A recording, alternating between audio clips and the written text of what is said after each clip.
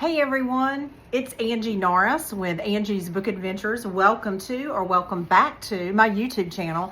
Tonight I'm going to be doing a book review on a book that I just recently finished entitled Firefly Lane by Kristin Hannah. And if you're a Kristin Hannah fan, Kristin Hannah normally writes historical fiction. This one is not a historical fiction. It's more of a contemporary fiction, chick flick, women's type book. So, and this particular cover was actually, this paperback with this cover was actually issued or published, printed after the Netflix series came out. So I actually did this backwards. So my best friend and I both are breast cancer survivors. And my best friend watches a lot of series on Netflix, excuse me. And she told me, she says, you got to watch this show. And I'm like, okay, because I'm not really into a lot of series. I don't like to get wrapped up and involved in those. But I did, and I watched it, I want to say a couple of years ago. And of course, I loved it. It made me cry without giving too many spoilers away. But this book follows these two women in the Netflix series. The actor that portrays this character's name is Kate, and then this actress portrays the character Tallulah Hart, or Tully. So Kate and Tully, that's what they're known as in the book. And so this book is about their friendship. So they meet when they are 14 years old, and Tully moves onto Firefly Lane, where Kate has lived all of her life. And they become friends. They're kind of totally opposite type people in the fact of how they look, how they dress, how they act. But as they say, opposites attract. And they do become friends. And it starts out, the book is set in the 1970s. So it goes through their high school years, into their college years, into their adult life, and then it wraps up in their later adult life. I think the last year that's mentioned in the book is like 2006 or in the 2000s.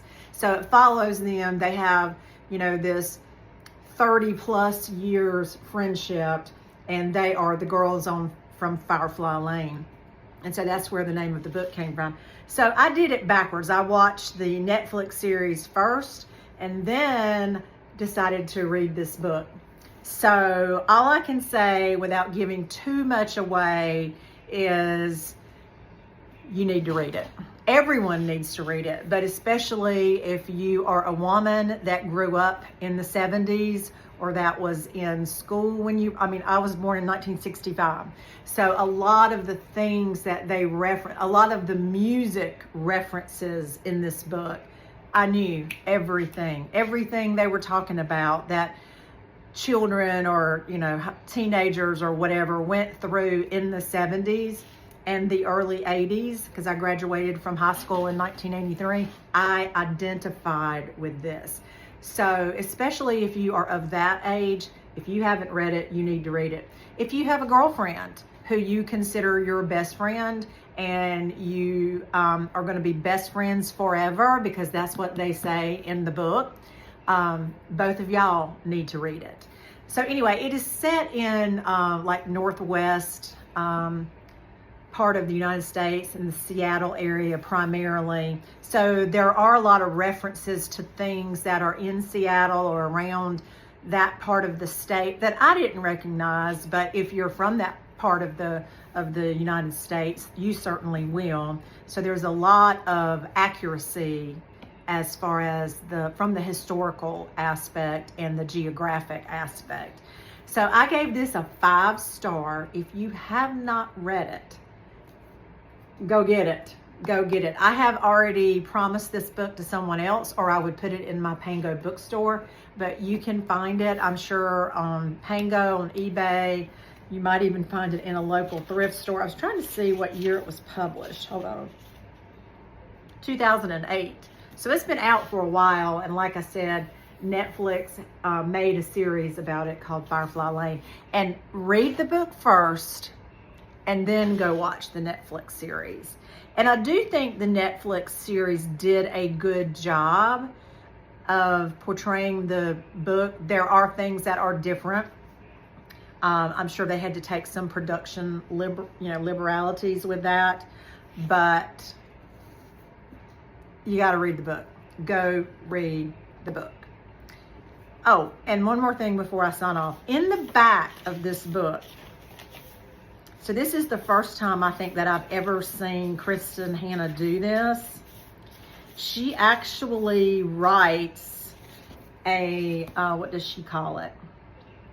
She says, in the 2 decades of my writing career, I have never before been tempted to add any type of postscript or letter to a novel.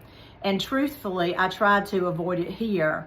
But as you can plainly see, that plan failed miserably. And so she talks about where she got the backstory, the influence to write this book. And she also says that her mother inspired her to write this book, and of all the books that she's ever written, that her mother would have loved this one the most. So check it out, Firefly Lane by Kristin Hannah.